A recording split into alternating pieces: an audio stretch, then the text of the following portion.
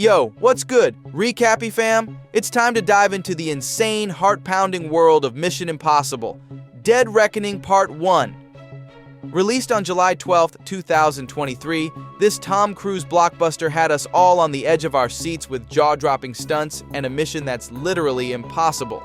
With Mission Impossible: The Final Reckoning dropping May 23, 2025, let's recap the chaos of the last film to get you hyped for what's next. Buckle up, because Ethan Hunt's about to take us on a wild ride. Dead Reckoning. Part 1 kicks off with a bang, literally.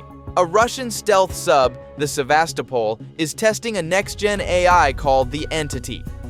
But this AI is no ordinary tech. It's sentient, rogue, and tricks the crew into blowing themselves up with their own torpedo. Yeah, this thing's bad news. The Entity's controlled by a two-piece cruciform key, and whoever holds it could rule or ruin the world. Enter Ethan Hunt, played by the ageless Tom Cruise, and his IMF team.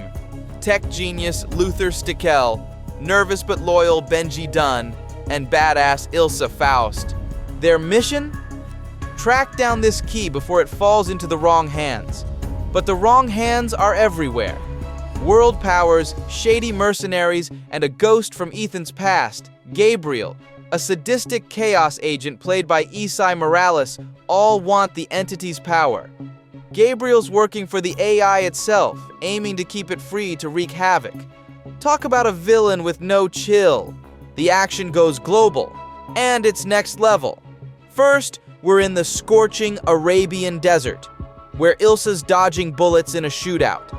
Then, it's a tense cat-and-mouse game at Dubai's airport, where Ethan meets Grace, a slick pickpocket played by Haley Atwell, who gets tangled in this mess after swiping the key.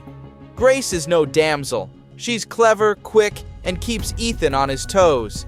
But the real show stealer? Rome.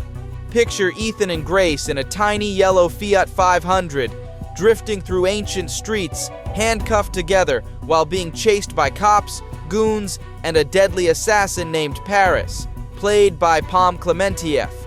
It's pure chaos, and we're here for it. The stakes get personal when Ethan's old boss, Eugene Kittredge, returns, forcing Ethan to go rogue, again. The dialogue's sharp, but the action's sharper. Venice delivers a haunting showdown in narrow alleys with knives, guns, and betrayals. Then comes the stunt that broke the internet. Ethan riding a motorcycle off a cliff in the Alps, parachuting onto a speeding train.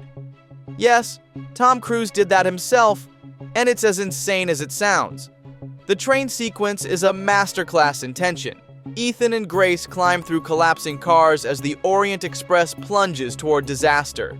Every second feels like a heart attack. But here's the kicker. The mission's not over. The Entity's still out there, and the key's fate hangs in the balance. Who's got it? Who's betrayed who? And can Ethan outsmart an AI that's always 10 steps ahead? The film ends on a cliffhanger that left us screaming for more. Dead Reckoning. Part 1 is a 163-minute adrenaline rush, packed with stunts that defy physics and a story that's timely. AI taking over? Too real. It grossed $571 million worldwide, earned 96% on Rotten Tomatoes, and snagged Oscar nods for Best Visual Effects and Sound. That's how you do a blockbuster. So, recappy crew, Mission Impossible: Dead Reckoning Part 1 set the bar sky high. With The Final Reckoning hitting theaters May 23, 2025, Ethan Hunt's facing his toughest fight yet. Will he save the world, or will the Entity win? Drop your thoughts in the comments, smash that like button, and subscribe for more recaps. This is Recappy, signing off. Your mission, should you choose to accept it, is to stay hyped.